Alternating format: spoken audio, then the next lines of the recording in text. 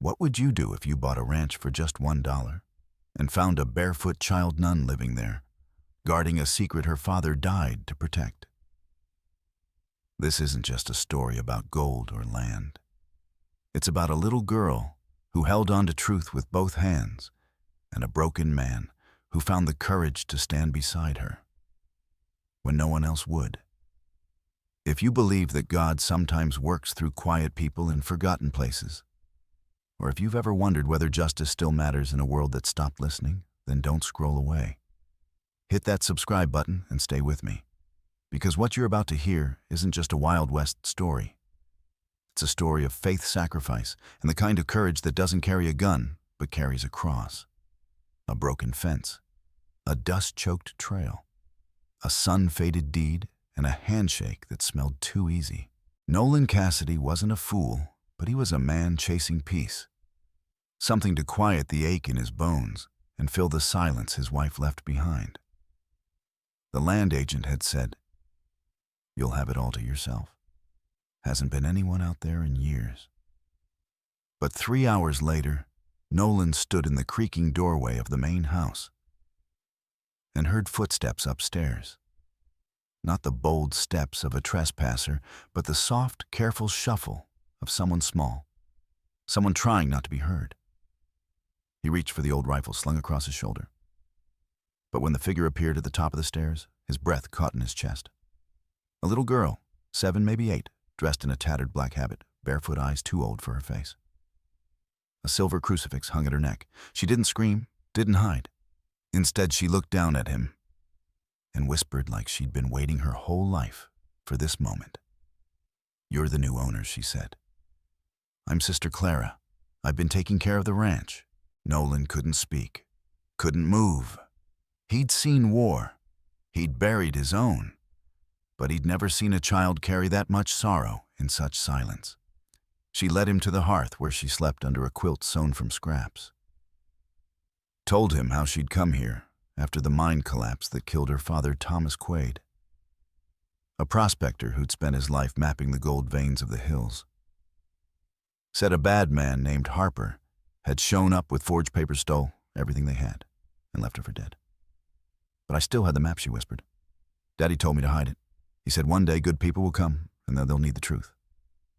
That night, Nolan watched her pray by candlelight, her small hands clasped so tight they trembled. A child, a nun, alone for 3 years in a place justice forgot. And just before sunrise, Harper came. He wasn't alone. Armed men, cold eyes. They weren't here for the land, they were here for what she knew, for what she was protecting. Nolan stepped between them, and her heart pounding like war drums. He didn't know this child. But something in her voice, in the way she clutched that silver cross like a lifeline, made him plant his boots and say, "You'll have to go through me." And for the first time in a long time, he felt alive again, not because he was fighting, but because he was finally standing for something. This story isn't just about land. It's not even about gold. It's about what we do when we're called to protect the innocent, even if the world forgot them, even if justice takes its time. Because sometimes, courage looks like an old man with tired hands standing in front of a child holding a crucifix and daring evil to take one more step. Sister Clara had survived 3 winters on that ranch alone. No mother, no kin, just a child in a tattered habit guarding the last thing her father left her, the truth. Nolan Cassidy could have walked away. He hadn't signed up for outlaws, forged deeds, or a girl being hunted like prey. But something about her stilled him, how she stood barefoot in the dust, back straight, eyes steady, like her father was still watching through her. The day after Nolan arrived, 3 riders showed up. One of them, Wade Harper, stepped off his horse like he owned the land, called out for the girl, not even bothering to use her name. Said she was squatting on stolen property and holding documents that didn't belong to her. But Nolan knew the truth by then. He'd held the weathered maps she kept wrapped in oilcloth beneath a loose floorboard, gold veins etched in her father's careful hand, deeds signed in real ink, not the kind Harper forged. Clara's father had found something valuable and died because of it. "They killed my daddy," she whispered. He went into that mine, and it never came down by accident. I heard them laughing when they left. That was the moment Nolan felt something rise in him he hadn't felt since burying his wife. Rage and duty. He stepped out onto the porch, rifle in hand. "This land belongs to me now," he told Harper. "And the girl stays." Harper laughed an empty, cruel sound. "She's a thief," he said. "You want to get buried next to her father, be my guest." Nolan didn't flinch. "Then start digging." They would have stormed the house, taken the girl, burned everything for that map. But the Lord must have heard Clara's prayers, because not 5 minutes later, Sheriff Bennett came riding in with 4 deputies behind him, raising dust and hell as they drew their guns. Harper was wanted in 3 counties: murder, fraud, conspiracy, and now he was staring down the law. The standoff ended in blood, but not Clara's. Harper drew first. The deputies didn't miss. When the echo of gunfire faded, Nolan turned around and saw her still standing there. Cross clenched in both hands, tears rolling down her cheeks, but her feet steady. The sheriff found the documents. The truth would be brought to court. The Maddox brothers would answer for Thomas Quade's death. And Nolan. He looked down at that little girl, and for the first time in years, he didn't feel like a man with nothing left. "I think you saved my life," he told her quietly. She looked up at him, eyes full of both childhood and something far older. "No, mister," she whispered.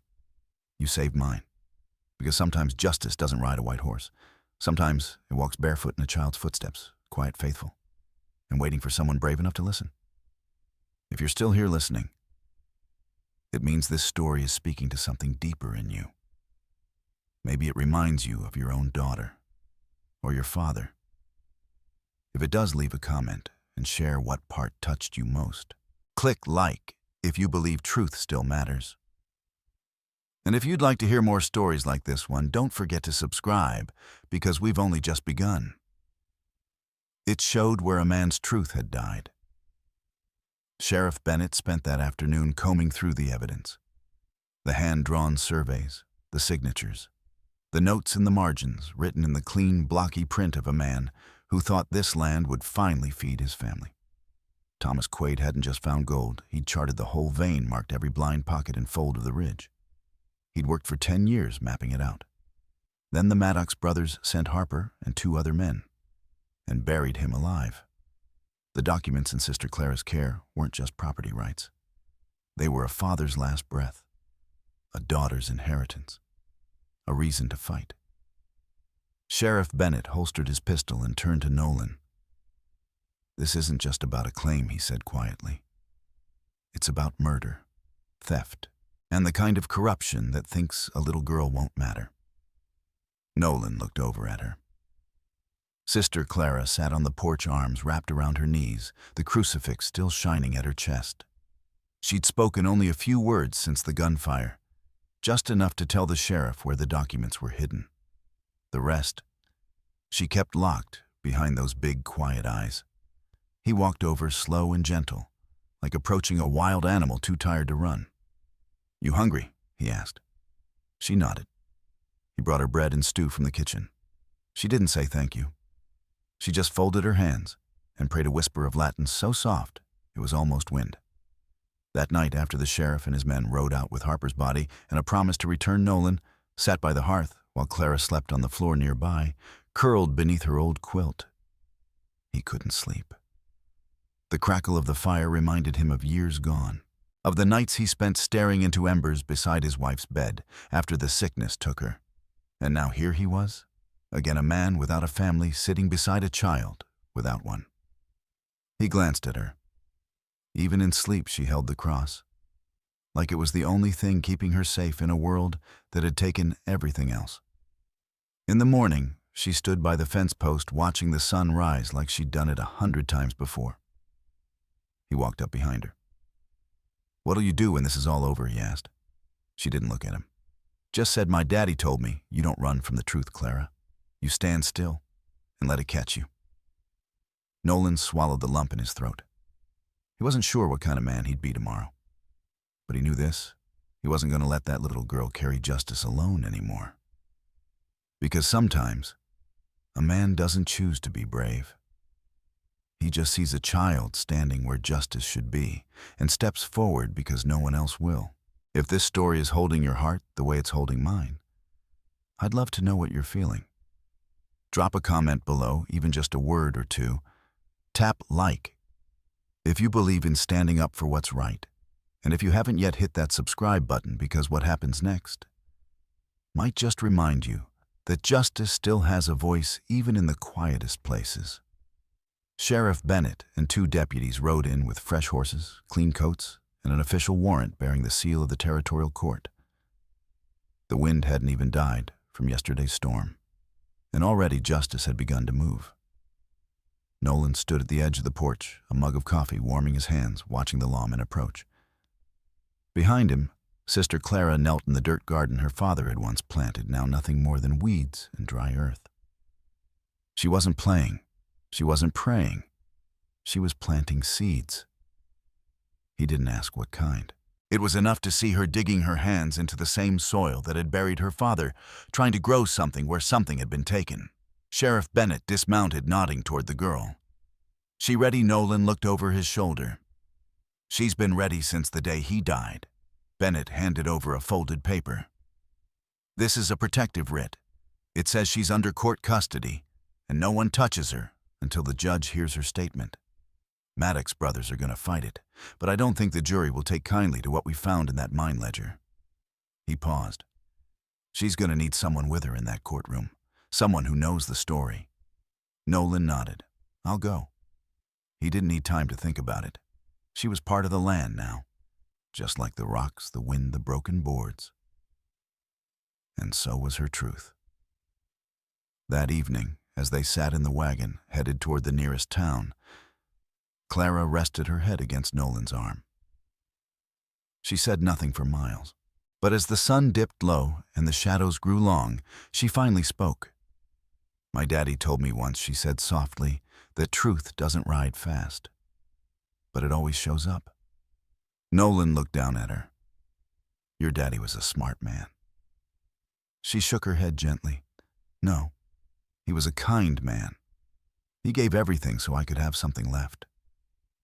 Her fingers found his small and cold. "And you didn't leave either," she added. He swallowed hard, the wind stinging his eyes.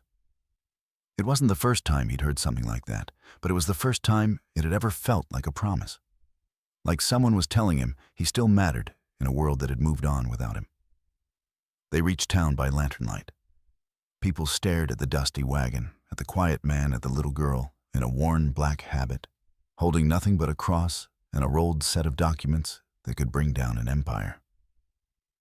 But Nolan didn't care. Because sometimes justice doesn't march in with banners or bullets. Sometimes it arrives in a child's silence, in the dirt under her fingernails, and in the voice of a man who chooses at last to stand beside her. If you've made it this far, thank you. Stories like this don't just entertain, they remind us of what still matters.